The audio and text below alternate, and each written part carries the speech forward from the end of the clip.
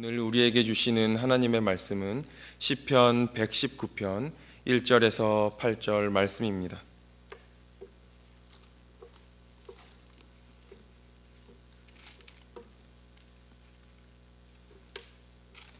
구약 성경 890페이지입니다. 시편 119편 1절에서 8절 말씀 다 함께 읽겠습니다. 행위가 온전하여 여호와의 율법을 따라 행하는 자들은 복이 있으며 여호와의 증거들을 지키고 전심으로 여호와를 구원하는 자는 복이 있도다. 참으로 그들은 불의를 행하지 아니하고 주의 도를 행하는도다. 주께서 명령하사 주의 법도를 잘 지키게 하셨나이다. 내 길을 굳게 정하사 주의 율례를 지키게 하소서. 내가 주의 모든 계명에 주의할 때에는 부끄럽지 아니하리이다. 내가 주의 의로운 판단을 배울 때에는 정직한 마음으로 주께 감사하리이다. 내가 주의 율례들을 지키리오니 나를 아주 버리지 마옵소서. 아멘. 시편 119편은 시편에서와 성경 전체에서 가장 긴 장입니다. 시편 119편 부제목이 독일어역 성경에서 보면 하나님의 말씀에 대한 찬양과 사랑 및 그 말씀의 능력과 활용에 관한 그리스도인의 황금 입문서라고 되어 있습니다. 따라서 본시는 하나님의 말씀을 주제로 하고 하나님의 말씀에 대한 뜨거운 열정이 잘 표출되어 있는 시입니다. 사랑하는 성도 여러분, 말씀만이 우리의 삶을 살립니다. 그리고 우리의 인생을 존귀하게 합니다.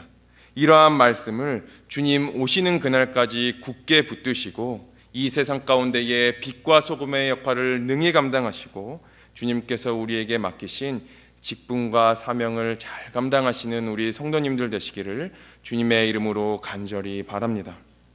1절을 보시면 행위가 온전하여 여호와의 율법을 따라 행하는 자들은 복이 있으며 라고 말씀하고 있습니다. 여기서 온전하여라는 말은 완벽하다, 완비하다, 완성하다라는 뜻을 가진 말로서 더 이상 누가 보아도 흠잡을 곳이 없는 완벽함을 의미하는 말입니다.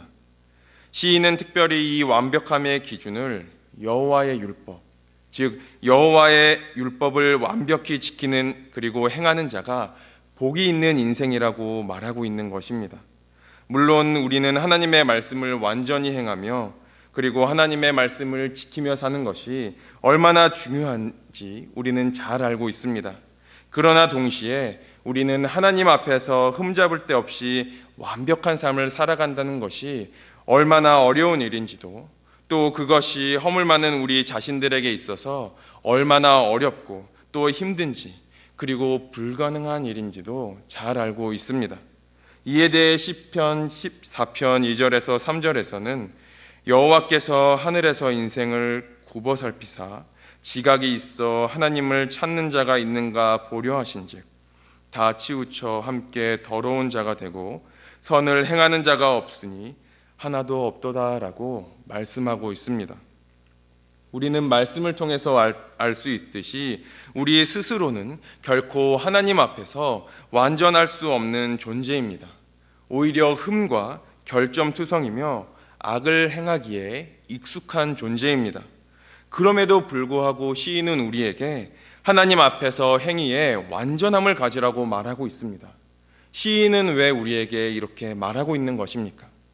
불가능한 것을 가르쳐서 우리로 하여금 절망케 하기 위함입니까? 또 아니면 시인이 허탄한 이상에 빠져 있어서 우리에게 이러한 말을 하고 있는 것입니까? 사랑하는 성도 여러분, 절대 아닙니다. 시인 역시 우리 인간의 모습을 잘 알고 있습니다. 사람이 얼마나 연약하고 부족한 존재인지를 잘 알고 있는 것입니다. 그러나 동시에 그는 하나님께서 원하는 바가 무엇인지도 잘 알고 있었습니다. 지금 시인은 하나님의 요구에 초점을 맞추고 있고 우리에게 이 같은 말씀을 하고 있는 것입니다. 다시 말해 시인이 이 같은 요구를 우리에게 하는 것은 우리가 참으로 추구해야 할 목표가 무엇인지를 우리에게 가르쳐주기 위함인 것입니다. 즉 우리가 하나님의 축복에 합당한 삶을 살기 위해서 그리고 죽는 순간까지 달려가야 할 목표가 있는데 그것이 바로 하나님 앞에서의 온전함이라는 것입니다. 물론 이것이 우리의 힘으로 의롭게 될 수 없는 것이 명백한 사실입니다. 성경도 이를 우리에게 증언하고 있습니다. 그러나 그렇다고 해서 하나님께서 우리가 거룩과 의를 포기하고 방탕한 삶을 사며 아무렇게나 삶을 사는 것을 원치 않으십니다. 또 부족하다고 해서 낮고 천한 목표를 제시하지도 않으십니다. 그저 살인이나 간음 등 심각한 도덕적인 죄, 또한 우상 숭배 등의 신앙적인 범죄를 행하지 않기를 바라는 수준에서 멈추시지도 않으십니다. 마태복음 5장 48절을 보시면 오히려 하늘에 계신 너의 아버지의 온전하심과 같이 너희도 온전하라 라고 말씀하고 있으며, 베드로후서 3장 14절을 보시면 주님 앞에서 점도 없고 흠도 없고 평강 가운데서 나타나기를 힘쓰라 라고 우리에게 말씀하시는 것처럼 최상의 목표를 우리에게 말씀하시고 가르치고 있으십니다. 그리고 성도 여러분, 이것은 결코 불가능한 것이 아닙니다. 물론 우리의 힘으로 한다면 불가능하지만 이러한 명령을 우리에게 주신 하나님의 능력을 의지하고 하나님의 방법에 순종한다면 하나님께서는 실제로 우리에게 온전하고 점도 없고 흠도 없는 자로 우리를 서게 하실 것입니다. 믿으십니까? 사랑하는 성도 여러분, 이러한 목표를 잃지 마시기를 주님의 이름으로 간절히 바랍니다. 하나님이 여러분들을 부르시고 거룩한 백성으로 삼으신 것은 하나님의 은혜를 힘입어 본래 지닌 나약함과 허물을 극복하고 믿음의 날개를 펴서 용기 있게 하시기 위함인 것입니다. 이것을 기억하시며 거룩한 삶, 흠없고 온전한 삶을 살기 위해서 하나님의 말씀에 순종하시는 모두가 되시기를 주님의 이름으로 간절히 바랍니다. 8절을 보시면 시인은 내가 주의 율례들을 지키리오니 나를 아주 버리지 마옵소서라고 말씀하고 있습니다. 여기서 버리지 말아달라라는 표현은 희망, 고통 가운데 처해 있을 때 사용되는 표현입니다. 이를 통해 우리는 시인이 매우 큰 공경에 처해 있었고 큰 두려움에 휩싸여 있었던 것을 알 수 있습니다.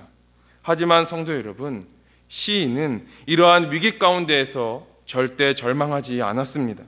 또 그 스스로 감당할 수 없을 조차 큰 위기 가운데에서도 자신의 힘으로 해결해 보려고 발버둥 치지도 않았습니다. 그렇다면 시인, 그가 행한 것은 무엇입니까? 바로 하나님의 말씀을 지키고 순종하겠다는 다짐을 새롭게 하는 것이었습니다. 하지만 세상적인 눈으로 사람들이 보기에는 이 위기 상황에 직면한 시인은 그 위기를 벗어나기 위해 몸부림치거나 인간적인 방법이라도 동원해 봐야 할 것만 같습니다. 그러나 그 상황에서 시인은 내가 주의 율례를 지키리오니라고 다짐하고 있는 것입니다. 왜 이런 행동을 시인은 취하고 있으며 이 같은 다짐을 시인은 하고 있는 것입니까? 그것은 말씀에 대한 순종이 자신을 위기에서부터 건져줄 것이라는 확신이 그 누구보다도 확고히 있었기 때문입니다. 이러한 시인의 자세는 하나님을 섬기는 우리 성도들이 또한 위기에 닥쳤을 때에 어떠한 자세를 취해야 할지를 보여주는 귀감이 되는 내용이라 할 수 있습니다.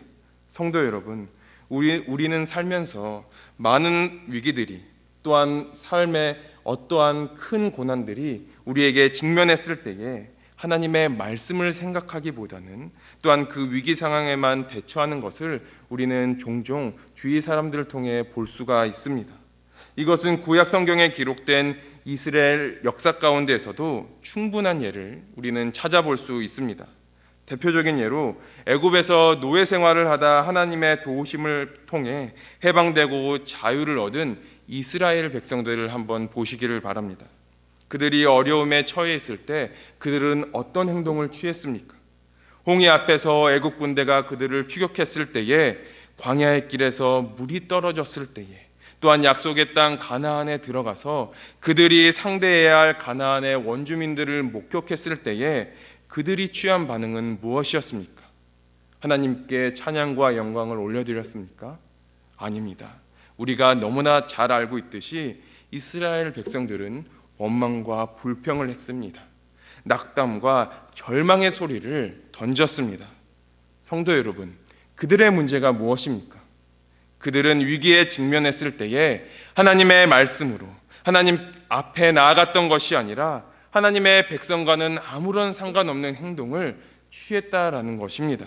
그러나 이와 반대로 참 믿음의 사람들은 어떻게 행동합니까? 그들은 위기와 문제를 만났을 때에 하나님의 말씀을 그들의 마음 가운데에 상기한다라는 것입니다. 또 문제를 하나님의 말씀에 의지하려 해결하려고 합니다. 동일한 위기 앞에서 모세는 하나님의 구원의 말씀을 의지하였고 지금 하나님께서 무슨 말씀을 하시는지 주목했습니다. 또 여호수아 갈렙은 가나안 땅을 기업으로 주시리라는 하나님의 말씀을 의지하고 그 말씀을 붙들고 이스라엘의 미래를 열어나갔던 것입니다. 살아가는 성도 여러분, 여러분들의 삶은 어떠하십니까? 혹시 삶 가운데에 위기를 만나셨습니까? 더 적극적으로 하나님의 말씀을 붙드시는 우리 성도님들 되시기를 주님의 이름으로 간절히 바랍니다. 어려움과 환난이 혹시 여러분들을 엄습해 있으십니까? 더욱 간절한 마음으로 하나님의 말씀을 붙드시는 모두가 되시기를 주님의 이름으로 간절히 바랍니다. 하나님께서는 당신의 말씀에 순종하고 당신의 말씀에 매달리는 여러분들을 위기에서 건져주실 것입니다. 아멘.